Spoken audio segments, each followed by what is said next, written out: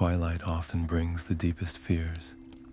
In a quiet village nestled between ancient hills, a young storyteller named Alara saw the children huddle as the light faded, their small faces shadowed by unease. With a gentle heart, she decided to share a forgotten legend, one where courage is found not in grand armies, but in the most unexpected places. This is the story of the rise of the Dragonlords, a tale where the fate of an entire world rested on a single, kind choice. By the end, you will discover how the smallest act of bravery can reignite the greatest magic. We will explore how a humble village boy's quest led to an alliance that changed everything, and what it truly means to be a guardian. I would love to know if you are comfortable sharing where you are listening from and what the local time is for you right now. What does the word courage mean to you when the world feels dim? Kael's journey into the Whispering Woods began with a single, urgent purpose. His mentor, the village elder who had taught him the names of every star and the uses of every common plant, had become very unwell. The only known remedy was a rare silver-leafed herb that bloomed only in the forest's deepest, most silent heart.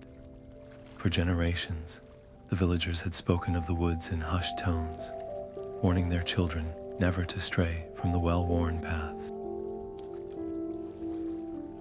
They said the trees themselves murmured secrets that could unsettle a curious mind, and that shadows moved with a life of their own. Kael felt the weight of those warnings like a physical chill as he crossed the threshold from Sunny Meadow into the dim, green-lit world beneath the ancient boughs. Every rustle of leaves sounded like a whispered word, and the air itself seemed to hum with a low, melodic thrum. His heart beat quickly, a steady rhythm of pure concern, but he clutched the empty satchel at his side and thought of his mentor's pale, weary face. That image alone gave him the strength to take another step, and then another, pushing his own worry down for the sake of someone he loved. He moved with a quiet reverence, his loyalty a brighter guide than any torch. Deeper and deeper he wandered, until the familiar sounds of the village were a distant memory, replaced by the living, breathing quiet of the woods. And then he saw it, nestled between the roots of a great oak, a cluster of leaves shimmering with a soft, metallic light.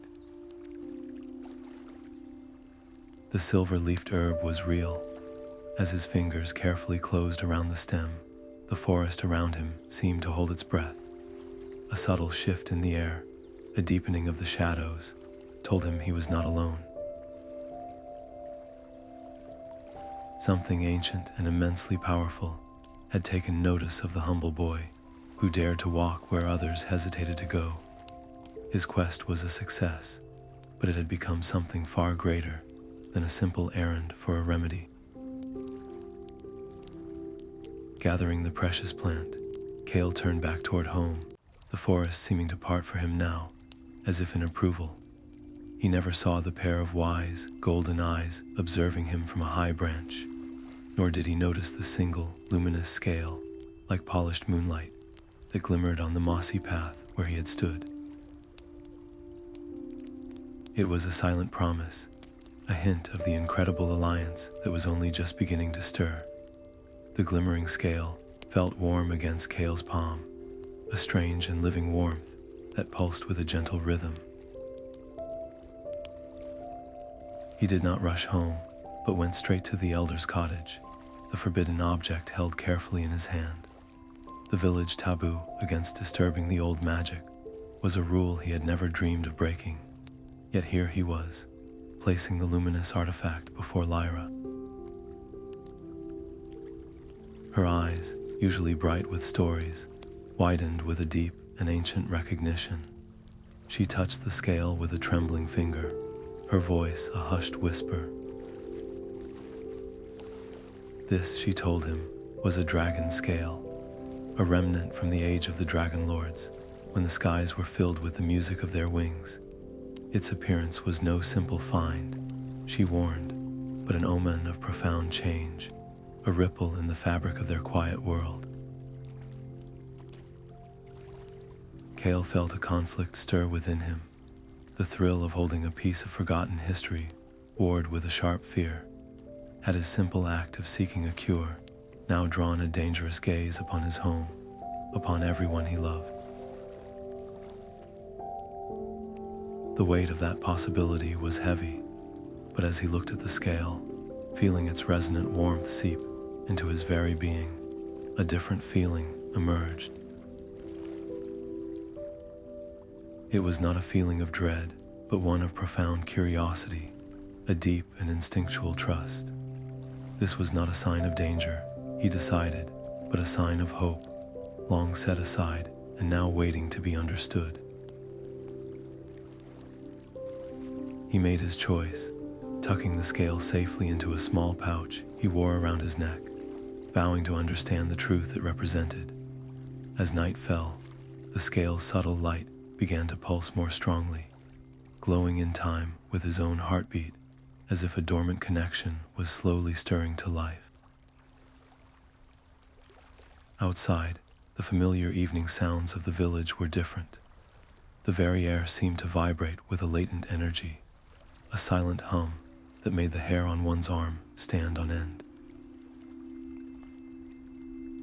It was a quiet escalation, an unseen shift that only Kael seemed to sense. Drifting into sleep that night, his dreams were no longer his own. He found himself standing in a hidden valley, bathed in ethereal light, where a single magnificent egg, crystalline and veined with silver, rested upon a pedestal of stone. It called to him without words, a silent summons that echoed across the vastness of the sleeping world. The dream clung to Kael like morning mist, its vivid image of the crystalline egg burning behind his eyes even after he awoke. He could not carry this secret alone. Finding his best friend Finn by the old stone well, the words tumbled out in a hushed, urgent confession. He spoke of the valley, the egg, and the silent, compelling call. Finn, ever practical and loyal, listened with wide eyes, his initial skepticism melting away as he saw the genuine turmoil on Kael's face and felt the strange warmth emanating from the dragon scale. It was not a question of if they should go, but how they would find this sunken valley, a place spoken of only in the oldest, most fragmented tales. Kael felt a heavy weight settle upon him, the thought of what they might face ahead. Was it right to pull his closest friend into the unknown based on a vision that might be nothing more than a trick of the mind? The concern was a cold knot in his stomach, but looking at Finn's determined expression, a resolve born of unwavering friendship, Kael made his choice. He would trust the dream, and more importantly, he would trust the companion standing beside him. That night, the dream returned with greater force, the egg's light pulsing in a rhythm that felt like a heartbeat. The dragon scale at his chest glowed in perfect sync, its light no longer subtle, but a clear, bright beacon in the dark, as if their decision had given it new energy. As the first light of dawn touched the eastern hills, they shouldered packs filled with simple provisions. The rising sun cast long shadows ahead of them, painting a path toward the distant, mist-shrouded peaks that held their destiny. They left the sleeping village behind, two figures stepping from the world they knew into a legend waiting to be lived.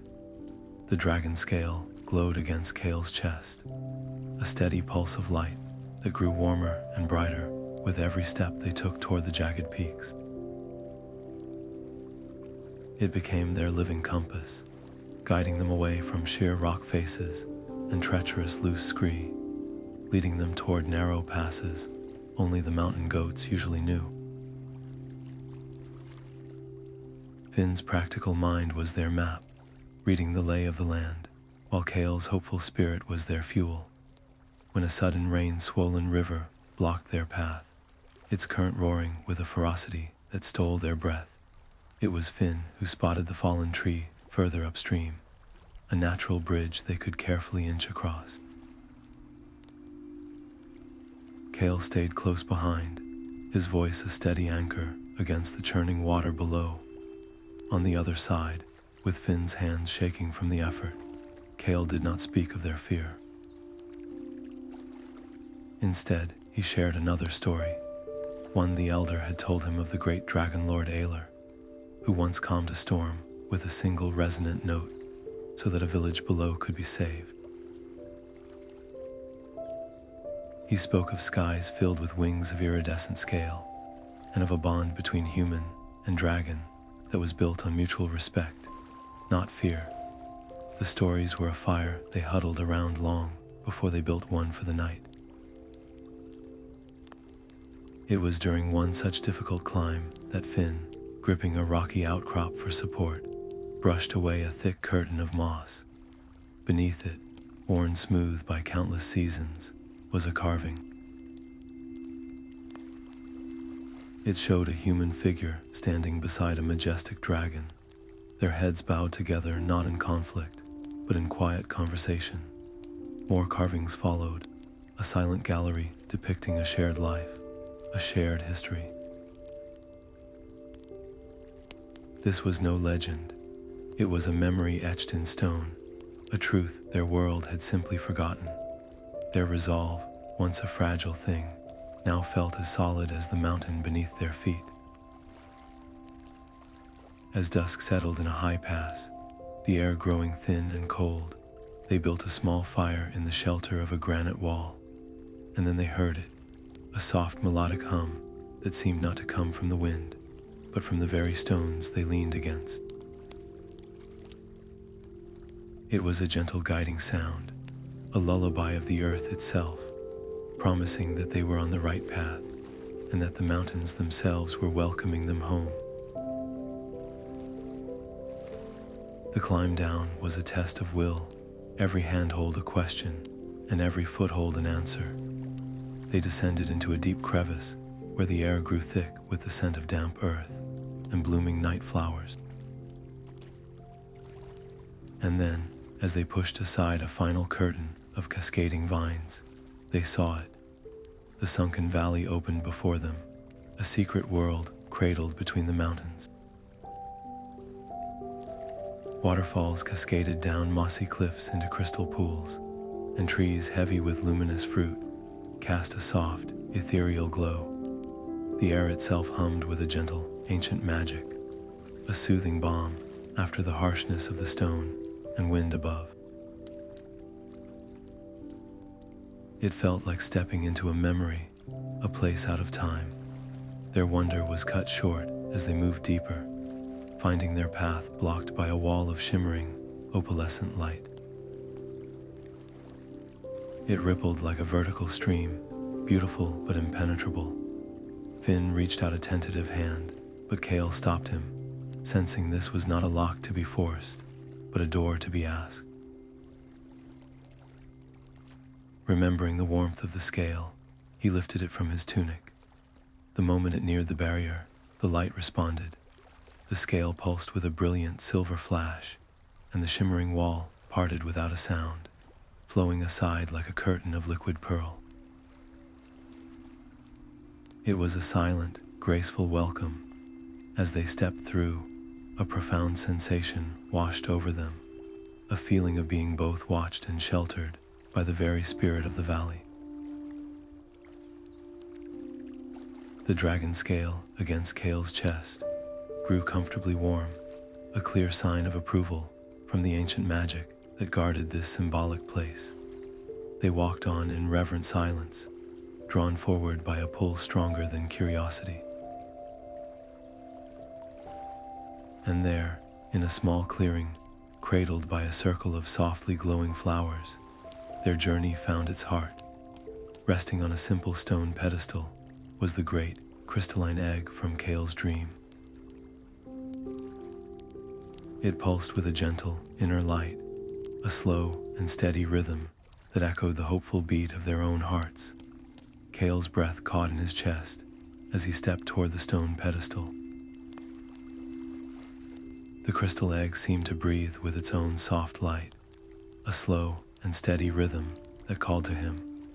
With a reverence born of pure instinct, he reached out, his fingers trembling only slightly before they settled upon the warm, impossibly smooth surface. It felt like touching a sun-warmed stone from a riverbed, but alive with a deep, resonant energy. The moment his palm made contact, the egg's gentle glow flared into a brilliant, welcoming silver. A single, clear chime rang through the quiet valley, a note of pure music that seemed to hang in the air long after the sound had faded, a greeting held over from a forgotten age. In that instant, a wave of understanding washed over him, so immense it nearly brought him to his knees. This was not a treasure to be found.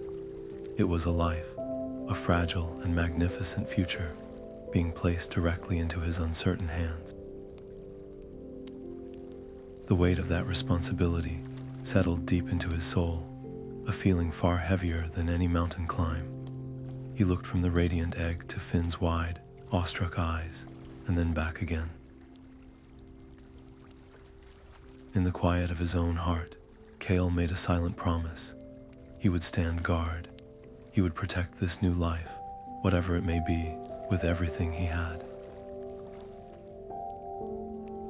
The air around them began to hum, charged with a tangible anticipation. A delicate web of hairline fractures appeared across the egg's surface, glowing with the light from within. Each tiny crack spread with a soft, ticking sound, like the turning of a cosmic key. Then, with a final musical chime, a larger piece of the shell fell away. A beam of brilliant, pure light spilled out, and a tiny, scaled snout, shimmering like a newborn star, pushed its way into the open air for the very first time. A tiny silver dragonet emerged from the fractured crystal shell, blinking large amethyst eyes in the gentle sunlight. Its scales shimmered like liquid starlight, and without a moment of hesitation, it nudged its head against Kael's still outstretched hand. A wave of pure, unbidden warmth flowed through him, a connection not of words, but of shared spirit. This was a bond written in the stars, an immediate and magical understanding that left both boys breathless with wonder. Yet as the dragonet chirped a soft, questioning sound, the reality of the moment settled heavily upon Kael's shoulders. This was no longer a dream or a secret quest. It was a living, breathing creature, incredibly rare and utterly vulnerable. How could he possibly protect something so precious in a world that had long since let the memory of dragons fade? A world that might greet such a miracle with uncertainty. The joy was profound, but it was now intertwined with a deep and solemn duty. Looking at the creature's trusting eyes, he knew what he had to do. "We cannot take her from this place. Not yet," he said to Finn, his voice filled with a new resolve. "She needs the safety of the valley, and she needs a name." He thought of the wise elder whose stories had guided him here, and he gently spoke the name, Lyra. The tiny dragonet chirped again, as if in approval. In those first few days, their new life took on a gentle rhythm. Lyra was playful and curious, chasing beams of sunlight and tumbling after glowing moths in the evening. But her play was touched with magic. A flick of her tail would send motes of light dancing in the air, and a soft huff of breath would stir the petals of the glowing flowers without a sound. These were not the world-shaking powers of legend, but the first tender sprouts of an immense potential, a tiny echo of the great dragons of old. It was a beautiful, hopeful sight, yet it underscored the immense responsibility they now carried. One afternoon, as they watched Lyra take her first wobbly flight across the meadow, her silver wings beating unevenly but with growing confidence, a soft rumbling sound drew their attention back to the stone pedestal.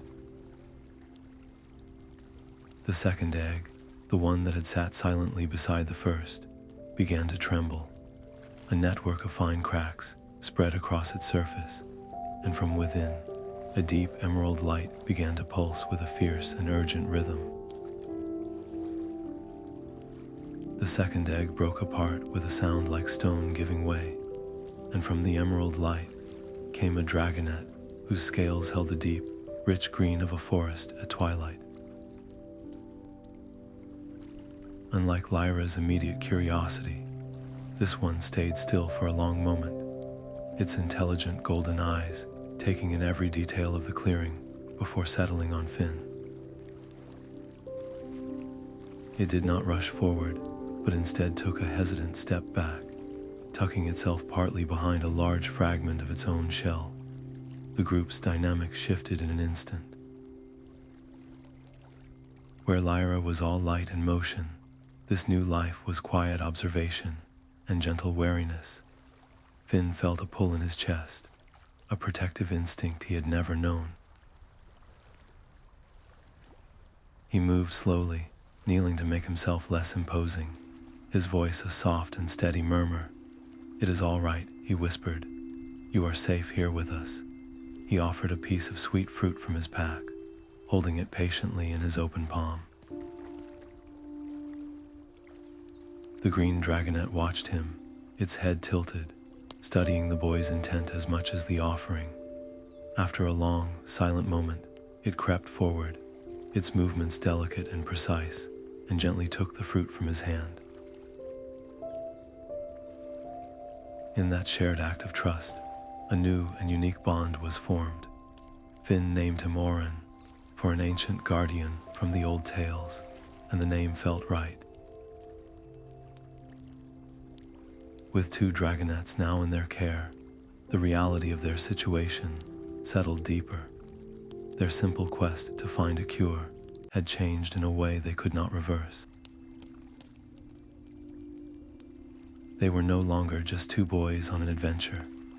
They were guardians, entrusted with the profound duty of raising the next generation of Dragonlords, a responsibility that felt both immense and humbling. As Lyra chirped a friendly greeting and cautiously approached her new sibling, the two dragonettes began to tentatively interact, a silver spark of energy meeting a green pool of quiet thought. And then, from the stone pedestal, a low rumble drew their attention. The third and final egg, its shell a dark, obsidian black shot, through with veins of fiery gold, began to rock violently back and forth. The third egg opened with a cascade of golden sparks, revealing a dragonette whose scales were the color of dark amber, laced with veins of brilliant light. It tumbled out with bounding energy, scrambling across the mossy ground and immediately trying to climb Kael's leg with tiny claws, chirping loudly for attention. This bold new arrival completed their trio, and as the three dragonettes stood together for the first time, a gentle shift occurred in the valley.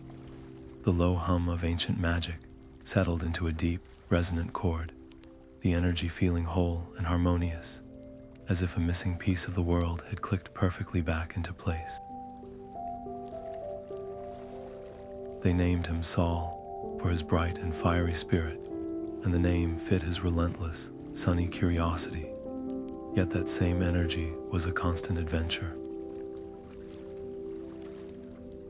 Where Lyra was curious and Oren was cautious, Saul was pure impulse, chasing after fluttering insects with no sense of direction, and tumbling into crystal pools without a second thought.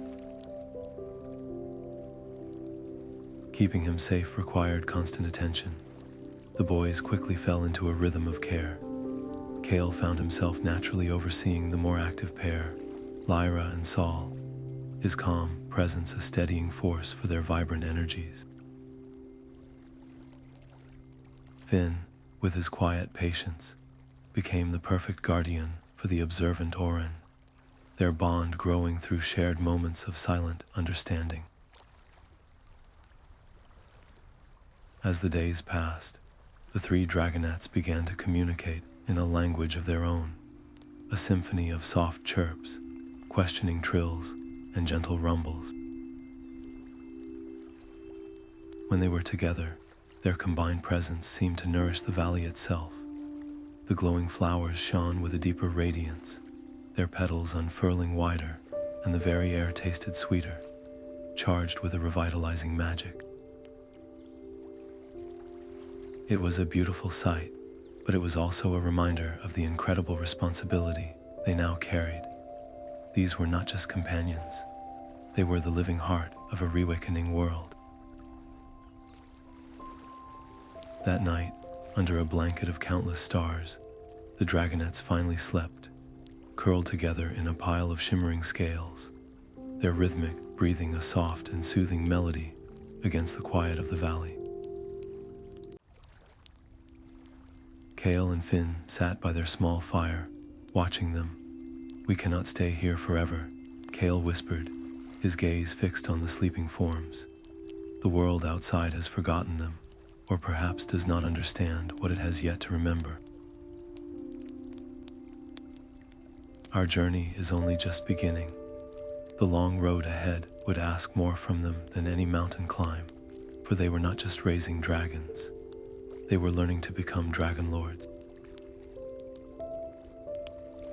The morning sun warmed the meadow as Kael held out a smooth, dark river stone. "Come, Lyra," he said softly. The little silver dragonette tilted her head, her amethyst eyes fixed on the object.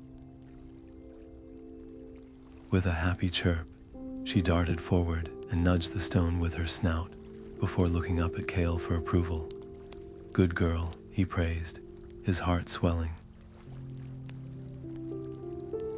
Nearby, Finn was working with Oren, using a gentle touch to guide the green dragonette to take a single step back on command. Saul watched this all for a moment, before deciding his own training involved chasing his tail in a dizzying circle. The boys quickly learned that patience and play were their greatest tools. A stern word made the dragonets shrink back, their feelings clearly touched, but a cheerful tone and a game of follow, the leader had them learning simple commands in a matter of days. They were not just obeying, they were understanding, their intelligent eyes reflecting a deep desire to connect.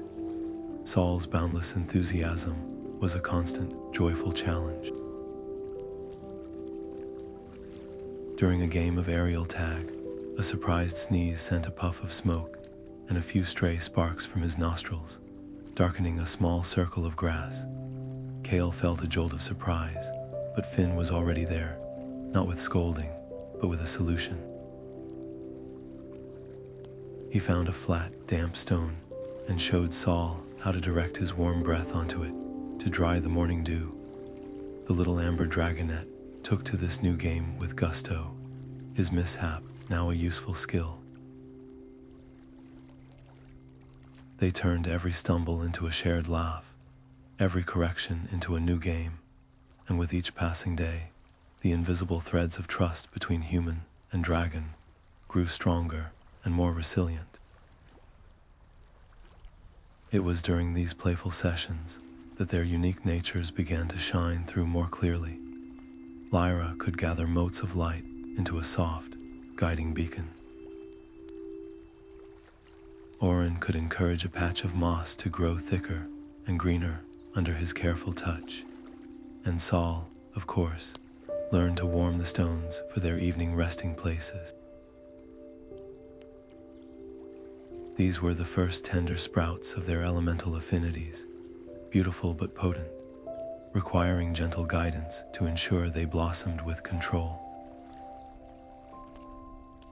One afternoon, as the three dragonets soared in a loose, wobbly circle above the meadow, their first attempt at a coordinated flight, a sharp, piercing cry sliced through the valley's peace. It was a sound they had never heard before, a lonely, echoing call from the highest peaks that was neither bird nor any beast they knew. The dragonets immediately dropped from the sky, scurrying to huddle behind the boy's legs, their large eyes wide with a sudden, shared uncertainty.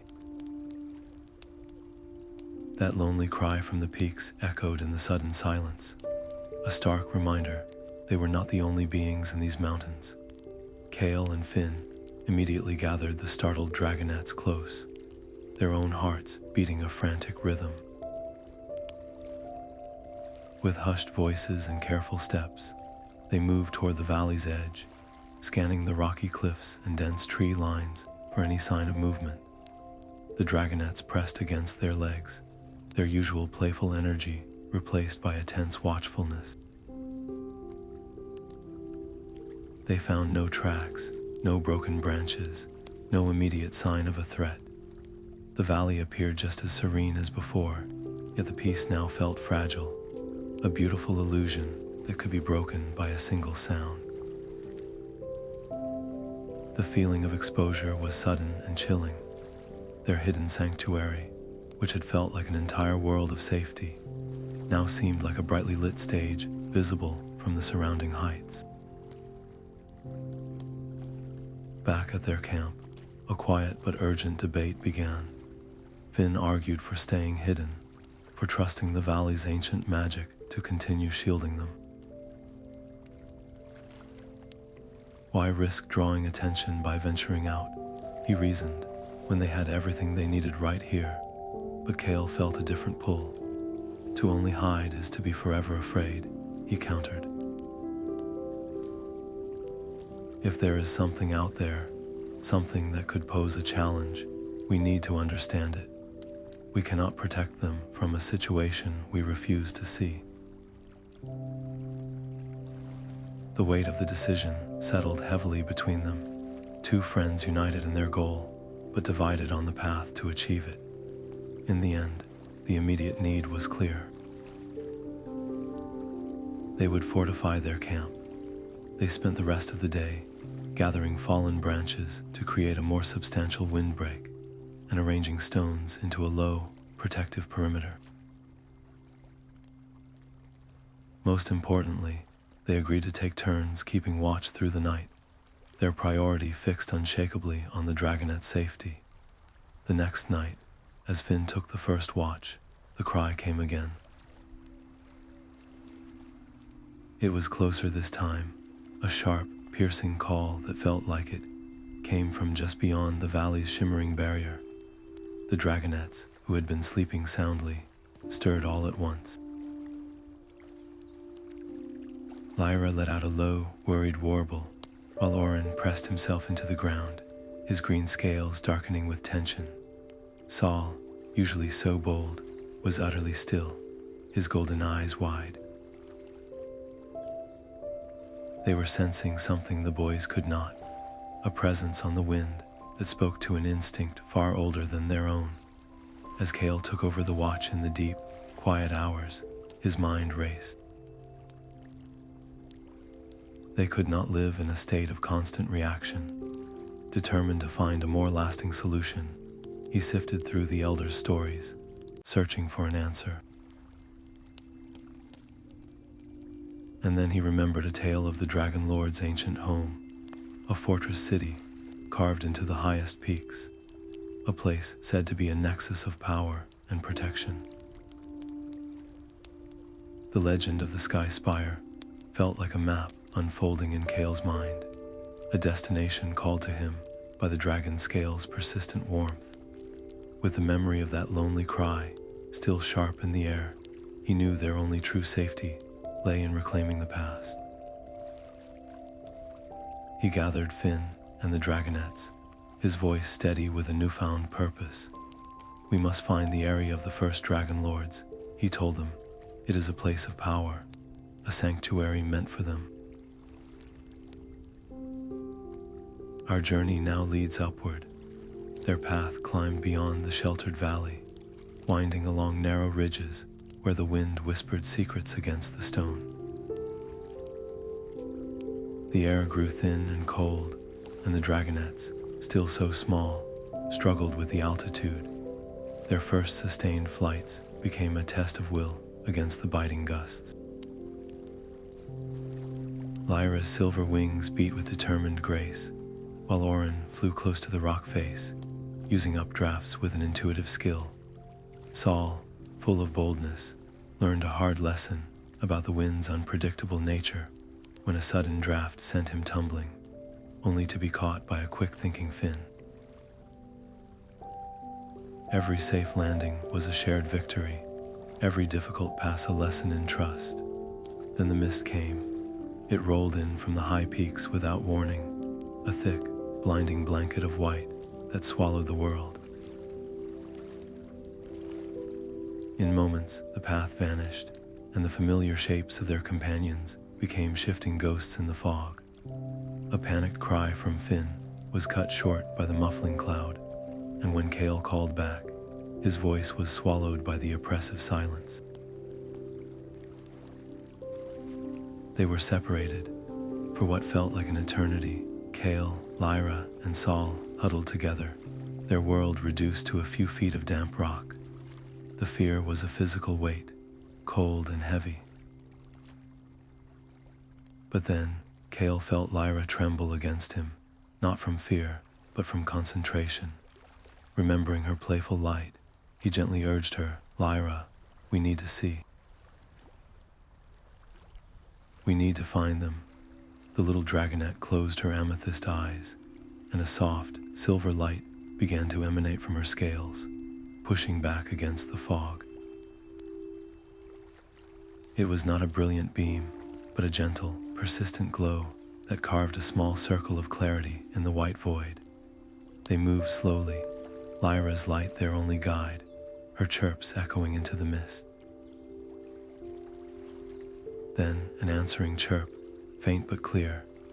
They followed the sound, the light pushing forward until it illuminated Finn's relieved face and Oren's steady green form, reunited in the heart of the cloud. The mist began to thin as they pressed on, and there, etched against the distant skyline, they saw it. The sky spire was not a myth. Its broken towers speared the clouds, a silhouette of immense carved stone, a testament to a lost age. The sight filled them with awe, but the final approach was blocked by an invisible force. The air itself shimmered with a faint, golden resistance, a ward of ancient magic that hummed a clear warning to turn back.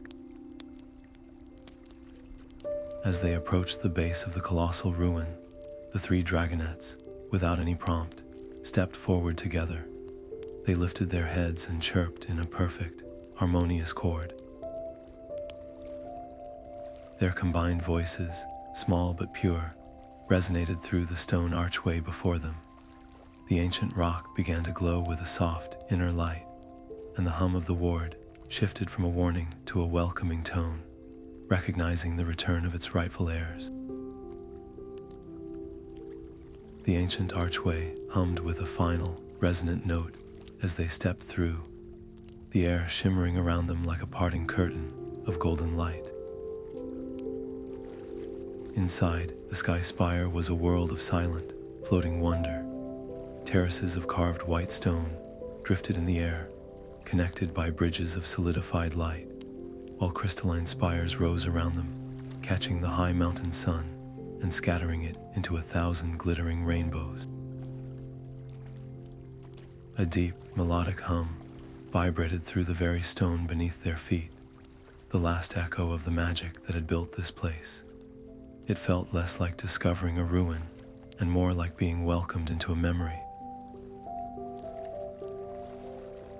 They had found a sanctuary, a home built for Dragonlords. Sheltered roosts lined the cliff faces, perfect for growing wings and clear pools of water, fed by melting snow, reflected the drifting clouds. But this sanctuary also showed the gentle wear of time. Entire sections of walkways had faded into the mist below, and great pieces of crystal lay scattered across the main courtyard like fallen stars. The dragonets, wide-eyed with wonder, did not yet understand the need for careful footing. Their well-being required immediate attention. Kael and Finn worked swiftly, their movements a synchronized dance of purpose. They shifted the larger fragments, creating clear pathways, and used strong vines to weave gentle barriers across the open edges. Every cleared space, every secured ledge, was a small victory, a reclaiming of this sacred ground, not just for themselves, but for the future sleeping in the dragonet's scales. The decision to stay was unspoken, a feeling that settled deep in their bones. This was where they were meant to be. As the sun began its descent, painting the floating terraces in hues of orange and violet, they rested in the great hall. And then the walls began to speak. The ancient murals, which had seemed like static carvings, began to shift and glow. They saw visions of majestic dragons soaring alongside armored humans, not as masters and servants, but as partners, their bonds glowing with a visible, silvery light. They witnessed great gatherings under starlit skies, and saw the Dragonlords using their combined magic to shape the very land, nurturing forests and calming seas. It was a living history lesson, teaching them that their role was not one of dominance, but of guardianship and profound connection. Later that evening, as Lyra's soft, natural light filled the hall, Oren, ever the observer, nudged at a heavy, woven tapestry with his snout. It fell away with a whisper of dust, revealing a doorway none of them had seen. Behind it lay a small, circular chamber, its walls lined with niches. And in each niche rested a perfectly smooth, crystalline orb, each one pulsing with a soft inner light, waiting to share its secrets. Kael's fingers brushed against the nearest orb, its surface cool and smooth. The moment his skin made contact, the crystal ignited with a soft, internal light, and the air in the small chamber shimmered. A life-sized image of a woman with silver-streaked hair and a magnificent, storm-gray dragon materialized before them, standing together on a windswept cliff. The memory was not a silent picture, but a living moment. They watched as the human placed a hand on the dragon's neck, their forms glowing with a shared, silvery aura. Together, they raised their heads, and a single, resonant note rang out, a harmony of human voice and dragon song that spread across the raging sea. The towering waves did not crash and retreat, but slowly settled, their fury gentled into a calm, rolling swell. This was not an act of domination, but of profound cooperation, a partnership where two beings became one purpose. From that day forward, the orbs became their silent mentors. Each one held a different lesson, a different facet of the old ways. They saw Dragonlords and their partners guiding lost travelers through blizzards, nurturing blighted lands back to health, and mediating disagreements between distant human settlements. The core lesson was always the same, a principle of balance and guardianship. The bond was a responsibility, a promise to use their combined strength, not for conquest, but for protection and harmony. Yet not all the memories were peaceful. Some orbs showed the heavy cost of this duty. They witnessed a Dragonlord shielding a village from a rockslide, an act of immense protection that required great personal commitment. They saw the quiet transition of a human partner of advanced age, offering final comfort to their lifelong friend. These moments carried a sobering weight, a gentle reminder that their path would be woven with challenge as well as wonder, and that true courage often meant facing hardship for the sake of others. Moved by these visions, Kael and Finn made a pact to learn from the orbs each day. They would spend hours in the circular chamber, absorbing the principles of the ancient Dragonlords. The dragonets watched with an intensity that went beyond simple curiosity. Lyra's chirps would softly echo the melodic tones used to soothe the storms, while Oren's careful movements mirrored the dragons who tended the earth. Even Saul's playful bursts of flame began to mirror the controlled, focused breaths shown in the memories, used for forging and warmth rather than chaos. It was as if the lessons were awakening a knowledge sleeping deep within their blood, a racial memory guiding their growth. Their elemental control improved not through force, but through understanding, their powers blossoming under the gentle guidance of the past. Weeks of study forged them. The boys' movements became more assured, their decisions more intuitive, while the dragonets grew in both size and grace, their flight patterns now echoing the elegant maneuvers of their ancestors. They practiced in the Great Hall, recreating the harmonies and shared focus they had witnessed, their bonds glowing with a faint, visible light. They felt ready, their confidence a tangible force within the sanctuary of the Spire. They were no longer children hiding with a secret. They were guardians, students of a forgotten way, poised to step beyond the mountain peaks. Yet in the deep quiet of the night, that lone, piercing cry still sometimes echoed down from the highest crags, a question mark against their newfound certainty, a reminder that the world outside held mysteries they had yet to understand. The high mountain air was crisp and clear, perfect for flight practice. Saul, always the boldest, swooped in a wide, joyful arc, his amber scales flashing in the sun. Suddenly, he pulled up short, hovering mid-air as his head cocked in curiosity. Far below the floating terraces of the sky spire, where the mountain mist pooled in the deep valleys, a large, shadowy form moved with a slow, heavy grace. It was not a bear, nor any mountain cat they knew. Its shape was unusual, a powerful blend of feline body and something else, with vast, folded wings. They watched from the safety of a high ledge, their hearts a mix of awe and wonder. The creature was a griffin, a being of legend, its feathers the color of storm clouds, and its eagle-like head held high. But its magnificent form told a story of difficulty. Its feathers were ruffled and matted, and the lonely, piercing calls they had been hearing for weeks now echoed up from the mist, each one filled with a deep and unmistakable feeling. There was no ill will in that sound, only a resonant sense of solitude. Kael felt the tension in his friends, in the way Finn gripped the stone ledge and the dragonets pressed close, their usual playfulness gone.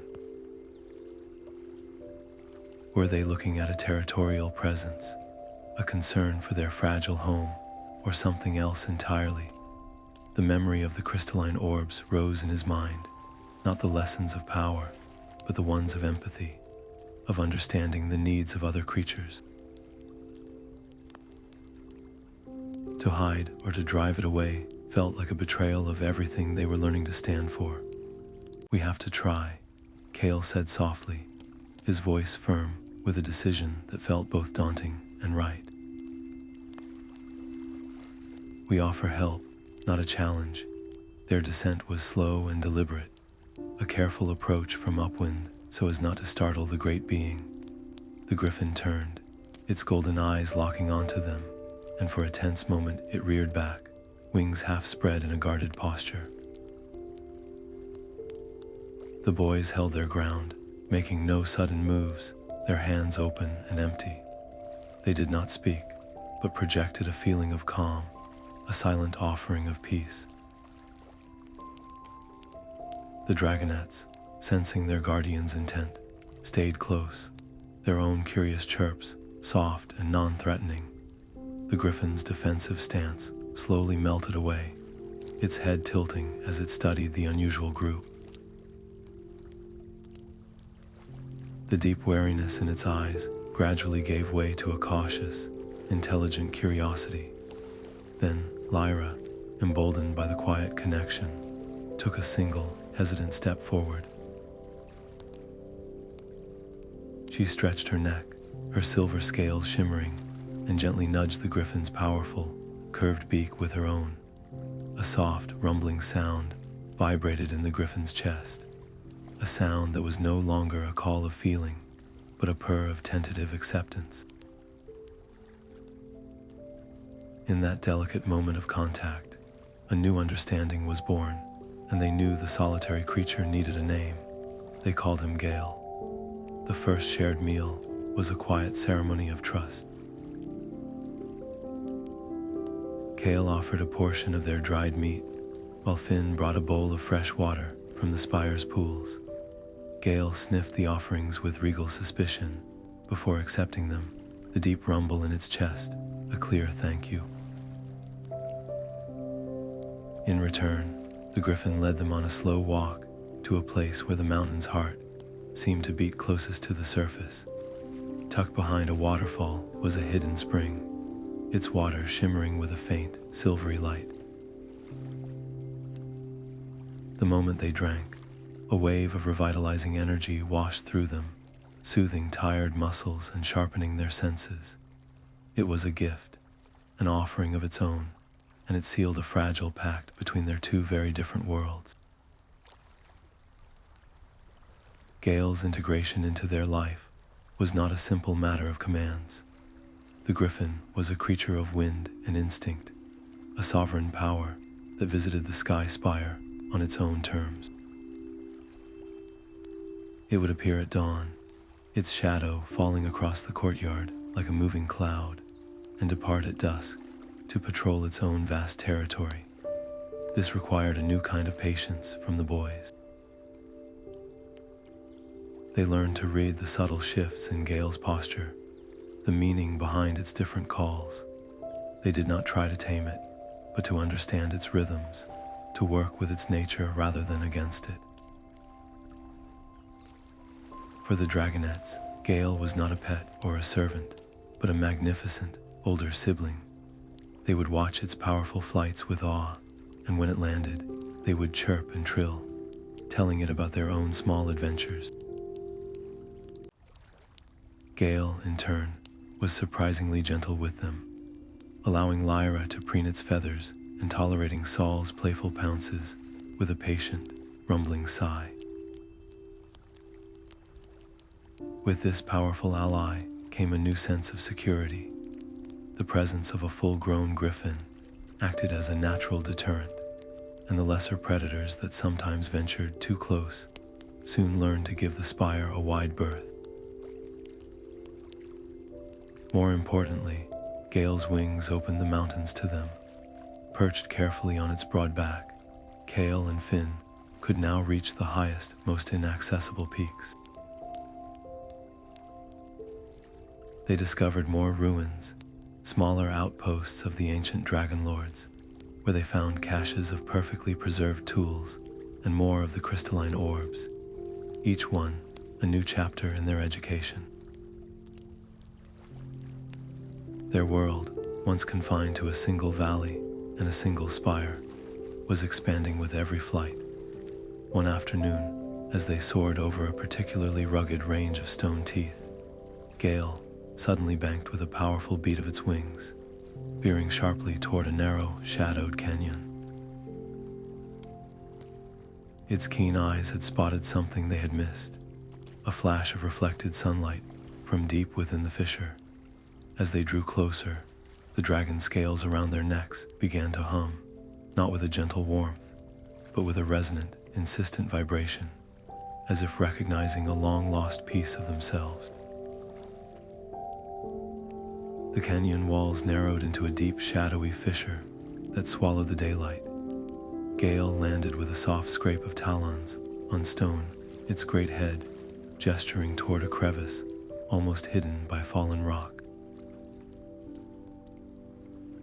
The air here was thick and humming, a physical pressure that made their skin tingle. Pushing through the narrow opening, they entered a cavern so vast its ceiling was lost in darkness.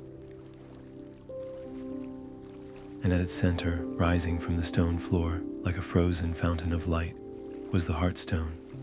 It was a colossal crystal, its form a complex lattice that pulsed with a soft internal rhythm, casting shifting patterns of silver and gold across the cavern walls.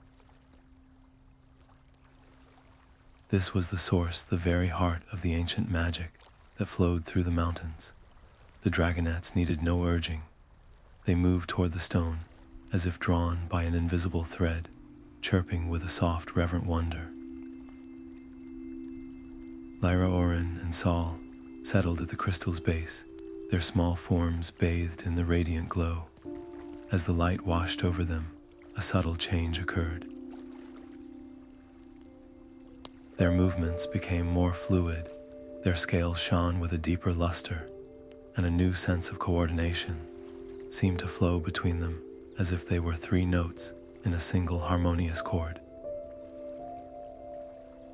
But Kael's eyes, trained by the memories in the orbs, saw what the others did not. The light pulsed weakly, its rhythm uneven. In the visions, the Heartstone had blazed with a steady sun-like brilliance.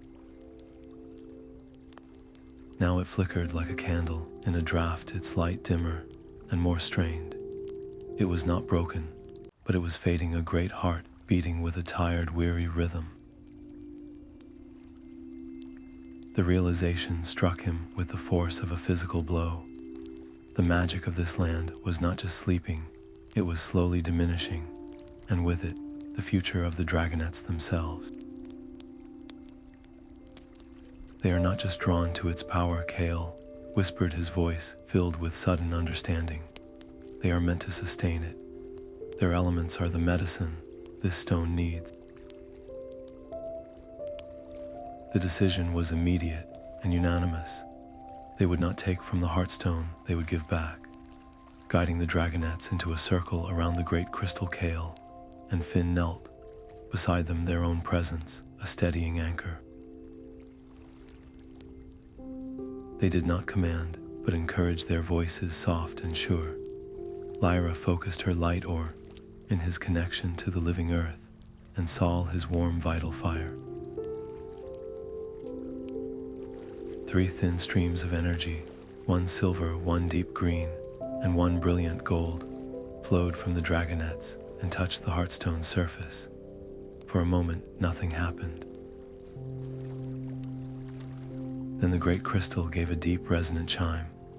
The flickering light steadied, then began to brighten, pulse by steady pulse. The dim silver and gold glow intensified to a warm, brilliant white, the light spreading through the crystal lattice like life, returning to a sleeping limb. The cavern filled with a profound humming energy, a song of renewal that vibrated in their very bones. As the Heartstone flared with its final triumphant pulse, a wave of pure, clean power erupted from the cavern, rushing out through the mountain stone and into the world beyond. High above, from the highest peak, where Kael often perched, the familiar cry rang out once more. But this time, the sound was different. It was not a lonely call into an empty sky, but a clear, resonant answer, a greeting to the reawakened heart of the mountains. The air in the cavern shifted, growing still and heavy with a presence far older than the stone itself. A shadow fell across the entrance, and then she was there, descending into the canyon with a silence that defied her immense size.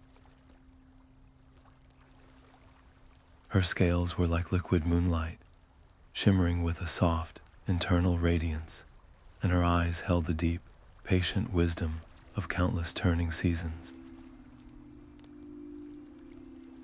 This was Astria, an elder dragon whose very being resonated with the reawakened pulse of the Heartstone.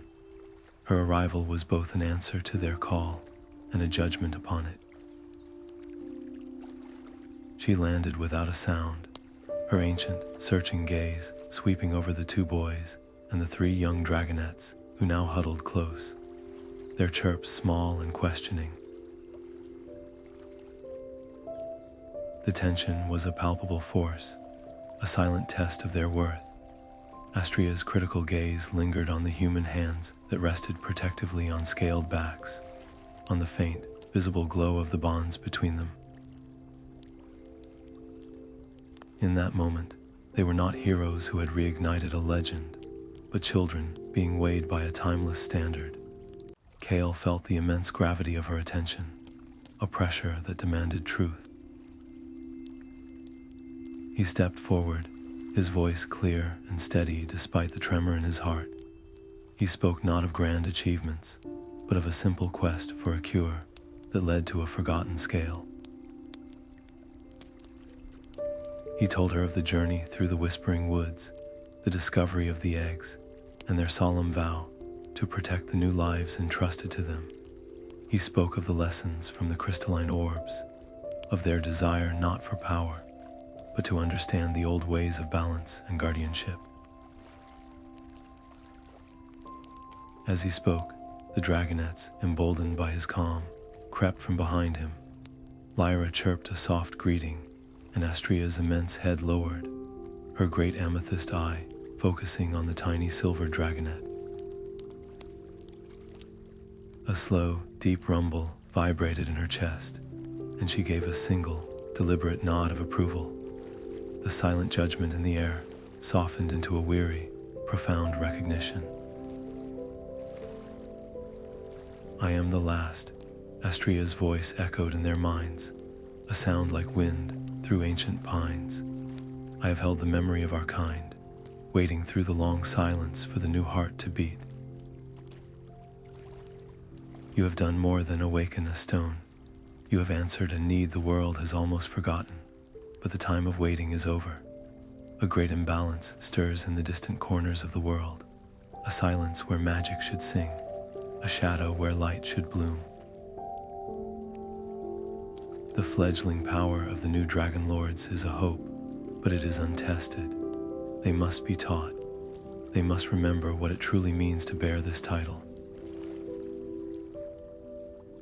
With a gentleness that belied her size, she beckoned the three dragonets closer. They gathered around her, their small forms dwarfed by her majestic presence, looking up at her with a mixture of awe and instinctive kinship. And there, in the glowing light of the renewed Heartstone, the first true lesson began, not with roaring fire or mighty spells, but with the quiet story of how it all began. Astria's training began not at dawn, but in the deep quiet of the starlit hours. The first lesson was not flight or fire, but breath. She taught them to still their minds, to listen to the subtle hum of the world's magic, a frequency most never learned to hear.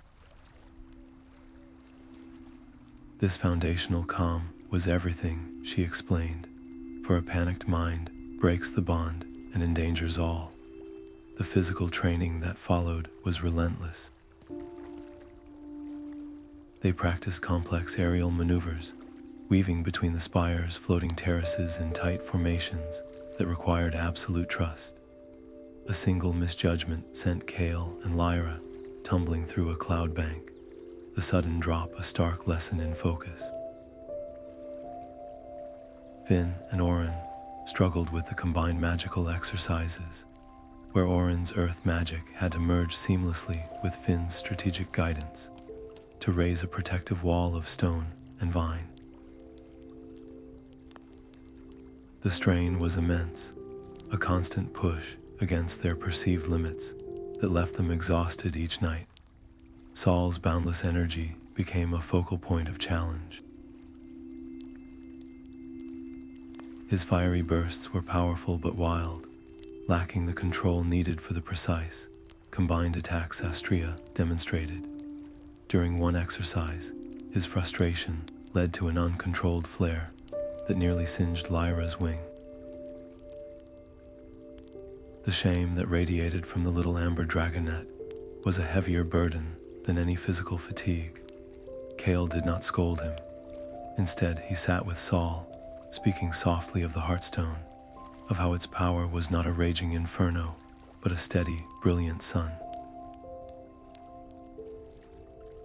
He learned to channel his vibrant energy into a focused, sustained beam of warmth, a skill that required immense internal discipline. It was through these shared struggles that their bonds transformed. They were no longer just human and dragon working together. A silent, fluid understanding blossomed between them, a telepathic harmony where a thought was an action and an emotion was a shared strategy. Kael knew Lyra's next turn before she made it, and Finn could feel Oren's subtle shift in focus, as if it were his own. They learned to trust not only their own partners but each other, their three pairs moving as a single, six-part entity. During a particularly grueling mock battle against illusions conjured by Astria, their individual weaknesses were laid bare. Separated, they faltered. But when they merged their efforts, Lyra's light blinding the foe, while Oren's roots snared its feet, and Saul's controlled fire herded it into a trap, they succeeded. They were becoming a true unit. One evening, as they rested under the sprawling celestial map of the night sky, Astria's voice echoed in their minds, grave and solemn. She spoke of the creeping silence, not as a violent enemy, but as a great stillness, a magical stagnation that slowly drained color from the world, muffled its songs, and caused wonders to fade from memory. It was a quiet unraveling of the very fabric she had shown them in the orbs, a loss of balance on a cosmic scale. Only the risen Dragonlords, she told them, their bonds serving as conduits of living magic, could hope to counter this growing stillness. The following morning, she led them on a final, arduous climb to the highest peak of the sky spire, a place where the air was so thin it sparkled, and the sky itself felt like a fragile, blue veil. With a graceful sweep of her wing, she pointed east, toward a distant, hazy horizon. There, the land appeared muted, its colors washed out even from this great distance, a visible stain of the silence they were now sworn to face. The journey east felt like a slow fading of the world's vibrant soul. The lush greens of the forest gave way to a dull gray expanse, and the cheerful chatter of birds fell into an unsettling quiet. As they crossed into the blighted lands, the very air turned thin and heavy at once, leaching the warmth from their skin and the strength from their spirits. It felt like flying into a vast, colorless memory, where every sound was hollow and the wind itself seemed tired. The dragonets, usually so full of life, grew sluggish and sad. Lyra's silver light dimmed to a faint glimmer, Oren's movements became slow and heavy, and even Saul's fiery spirit guttered like a fading ember. A profound sense of despair pressed down on them, a silent whisper that their mission was hopeless, that this stillness was all that remained. Kael felt the weight of it threatening to crush his resolve, but he looked at his friends' weary faces and the dragonet's drooping wings, and he knew he had to be their anchor. He called for a landing on a barren hilltop. "We are stronger together," he reminded them, his voice a steady force against the oppressive silence. "Our bond is a light this place cannot understand. Let us show it." On his signal, they joined their wills. Lyra focused her dimming light. Oren drew upon the deep, sleeping strength of the earth beneath them, and Saul channeled his warmth, into a shield of gentle, radiant heat. Weaving their energies together, they created a shimmering dome of protection around them, a small pocket of living magic in the heart of the stillness. The despair lessened, not gone, but held at bay by their combined strength. Pressing onward, they reached the epicenter of the blight. There, in a crater of cracked, lifeless earth, stood the source of the silence. It was a massive, dark crystal, its surface a void that seemed to swallow the light. Thin, sickly tendrils of energy pulsed from it, slowly draining the color and life from the land, pulling the very magic from the air into its insatiable core. As they steeled themselves to confront this anchor of emptiness, the ground around the dark crystal began to stir. Shadowy, formless entities rose from the soil, drawn to the vibrant life force of the Dragonlords like moths to a flame. Shadowy forms swarmed from the fractured ground, their movements a chilling distortion of life. Kael's voice cut through the heavy air, a single command that snapped them into action. Oren responded first, a low rumble building in his chest as he slammed his foreclaws into the barren earth. A wall of stone and packed soil erupted before them, meeting the first wave of silent, grasping entities. Lyra took to the air, her small form blazing with a sudden, brilliant silver light. She released controlled bursts of radiance, each flash disorienting the shadows and causing them to writhe and pull away.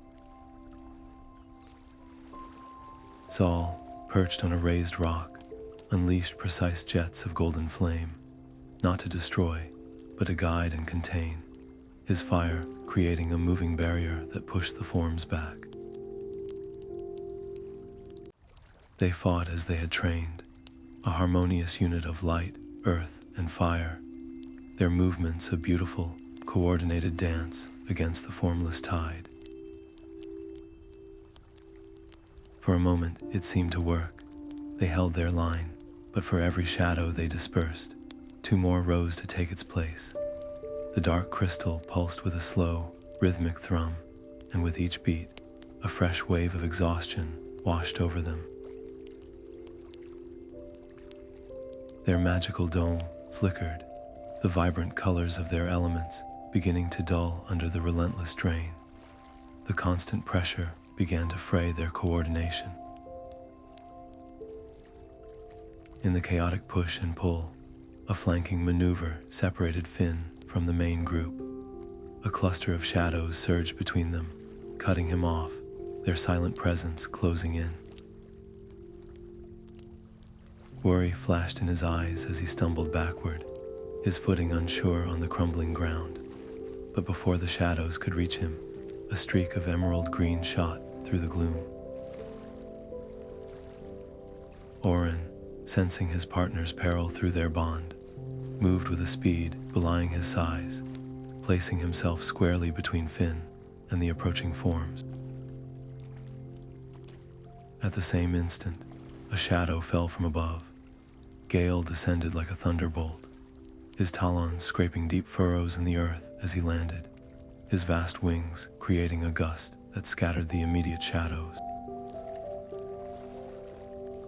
With a powerful heave, he lifted Finn onto his back, and with Oren scrambling up beside them, launched back into the air, reuniting with the group. The near separation from his friend crystallized the truth for Kael. This was a struggle of endurance they could not win. Their strength was finite, while the dark crystal's output seemed endless. "Fall back," he shouted, his voice hoarse but firm. To the high ground now, the retreat was a fighting withdrawal, a slow, arduous climb up a rocky outcrop as they used their combined powers to cover each other's ascent.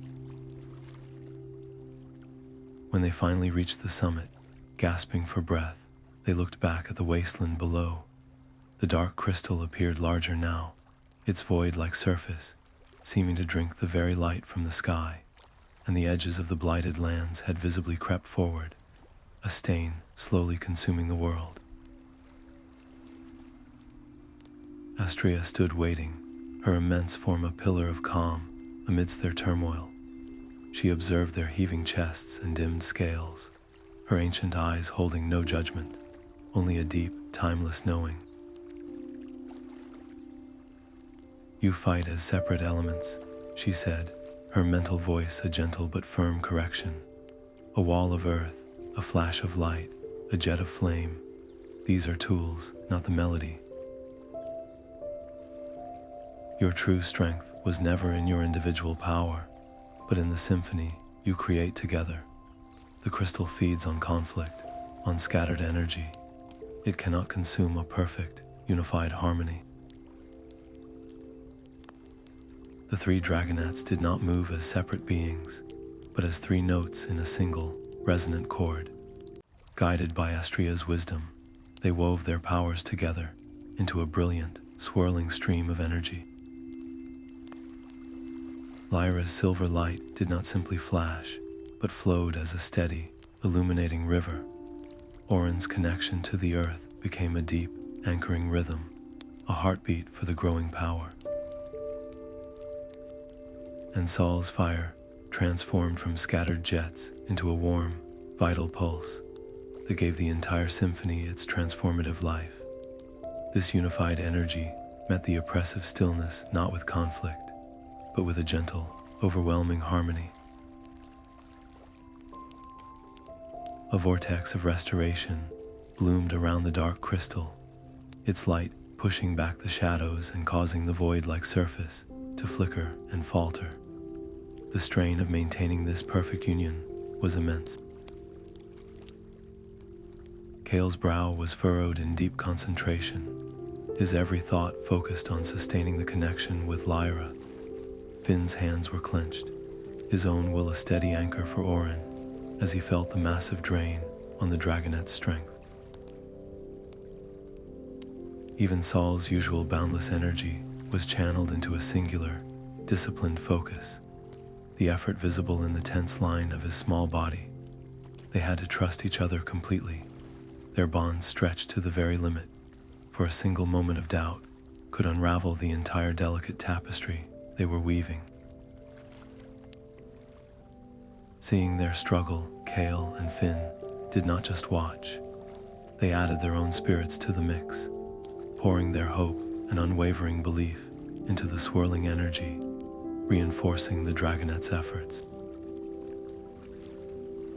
Astria, a silent pillar of support, added the immense weight of her ancient will, guiding the colossal power with a precision born of millennia. Together, they directed the harmonious vortex straight into the heart of the dark crystal. A sharp, cracking sound echoed across the barren land, a fissure appearing on the crystal's surface, then another and another, until the entire structure was a web of brilliant light. With a final, shattering chime, the dark crystal broke apart. A wave of pure, released magic erupted from it, washing over the blighted lands in a visible, joyful wave. Color flooded back into the gray earth, the muted greens deepening, and the dull browns warming to a rich umber. The heavy silence was broken by a sudden, cheerful cacophony, the chirp of a waking insect, the rustle of new grass, the distant song of a bird returning home. As the last of the shadowy tendrils dissolved into nothing, the shattered fragments of the dark crystal fell away, crumbling into harmless dust. What remained, hovering in the air where the great void had been, was a small, pure core of bright, soft light. It pulsed gently, like a friendly star, and then began to drift, not toward the elder dragon or the human boys, but directly toward Lyra. The shimmering core drifted gently into Lyra's outstretched claws, and as her silver scales touched its surface, the light did not vanish but flowed into her.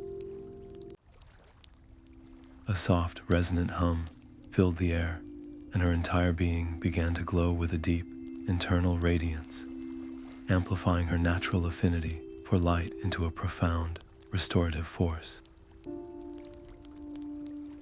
She rose into the air, not with a command, but with an instinctive grace, and a single, gentle pulse of energy emanated from her. Where the wave of light touched the barren ground, the dust itself seemed to sigh with relief. Tiny green shoots pushed through the cracked earth, unfurling into a carpet of soft grass, and wildflowers of every color bloomed in sudden, joyful abundance, their petals opening to the newly cleansed air. The land was not just repaired, it was reborn, waking from a long and troubled sleep. The effort of channeling such immense life energy left Lyra trembling, her brilliant glow dimming to a soft, weary flicker. She descended, curling into a tight ball, and was immediately surrounded by the others. Oren gently nudged soil around her to form a soft, earthen nest, while Saul lay beside her, his own warmth a comforting blanket. They would not move from this spot. The decision was silent and unanimous. Their mission had shifted from confrontation to stewardship. They remained for days, their presence a gentle anchor for the recovering land. Kael and Finn worked alongside the dragonets, using their combined abilities not as weapons, but as tools of nurture. Oren encouraged the roots of new saplings to dig deep. Finn helped guide water to form clear, meandering streams, and Saul's warmth ensured the tender new growth was protected from the chill of the mountain nights. Their successful restoration was a quiet, powerful testament. The legend of the Dragonlords had returned, not as a tale of conquest, but as a living promise of guardianship and balance. And as the new life flourished, word of the miracle began to travel. It was carried on the wind, whispered by the rustling leaves, and sung by the birds returning to their renewed homes. The story flowed down from the mountains, reaching the farthest villages, where people looked toward the once blighted peaks and wondered at the gentle light, now glowing where only silence had lived for so long. The first to arrive were the children, their small hands pointing toward the sky as they crested the final ridge. Behind them came the adults, led by Elder Lyra, her steps slow but steady, her eyes wide with a hope she had only ever whispered in stories. They had followed the rumors of a land reborn, a miracle blooming where only blight had festered, and the sight that greeted them stole the very breath from their lungs.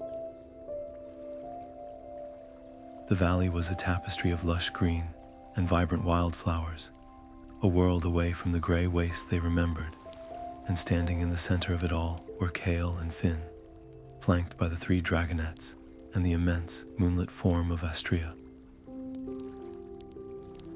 The villagers stopped, a collective gasp hanging in the air.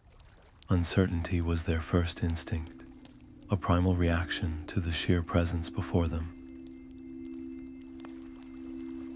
Some shuffled backward, their eyes fixed on the dragon's impressive size. But then, Lyra took a hesitant step forward. Her gaze met Kael's, and she saw not a conqueror, but the boy she had raised, now standing taller, his eyes holding a wisdom far beyond his years. The dragonets, sensing the tension, did not roar or posture. Little Saul chirped a curious greeting, his head tilted. Lyra, the silver dragonet, padded forward and gently nudged a cluster of glowing flowers toward a wide-eyed child, her actions speaking a universal language of gentle offering. Oren simply watched, his calm, intelligent presence a quiet reassurance. The uncertainty in the villagers' hearts did not shatter.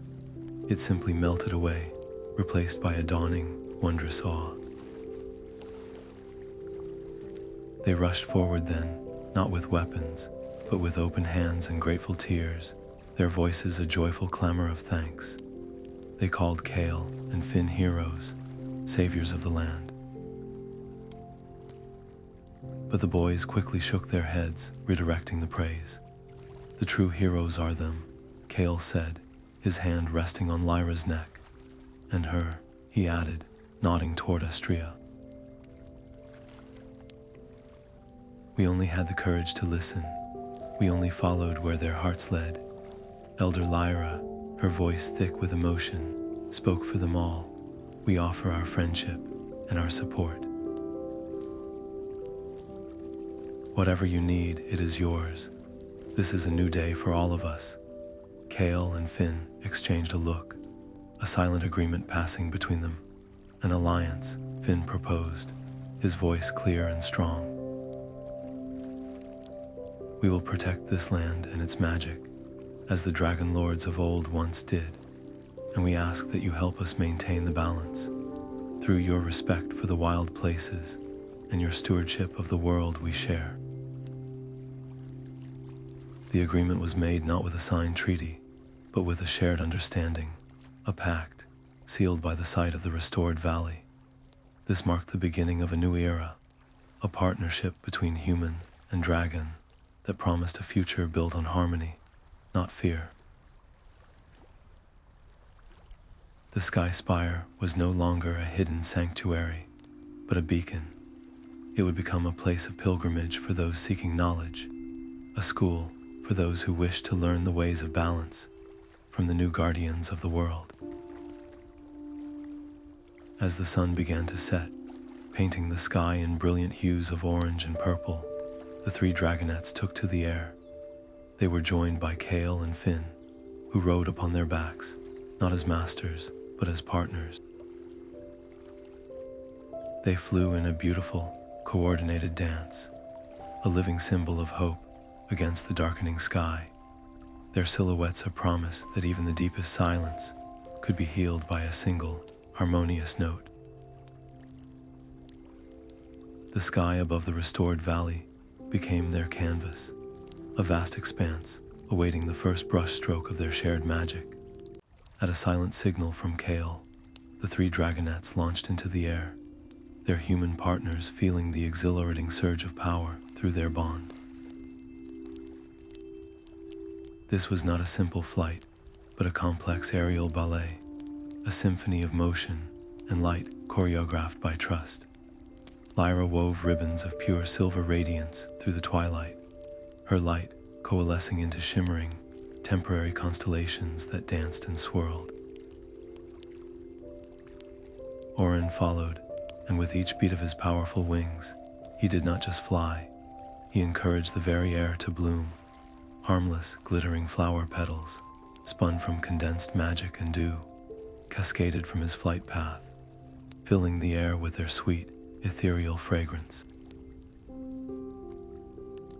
And Sol, the fiery heart of their trio, painted the high heavens with great, sweeping arcs of golden sparks that cooled into harmless, glittering dust before they could even touch the ground, like a gentle, celebratory rain of captured starlight. The crowd below fell into a hushed, collective awe, their faces upturned in wonder, every last trace of fear washed away by the overwhelming beauty unfolding above them. The sheer scale of the display was a monumental test of their endurance and control, a challenge that required every ounce of their focus. Yet they moved as one entity, their energies flowing together in a seamless, effortless harmony, a flawless testament to how far they had truly come. As the final notes of their celestial dance faded, something magical began to happen along the edges of the gathering. Shy, luminous sprites, drawn by the positive energy, emerged from the flowering meadows, their tiny lights adding to the spectacle.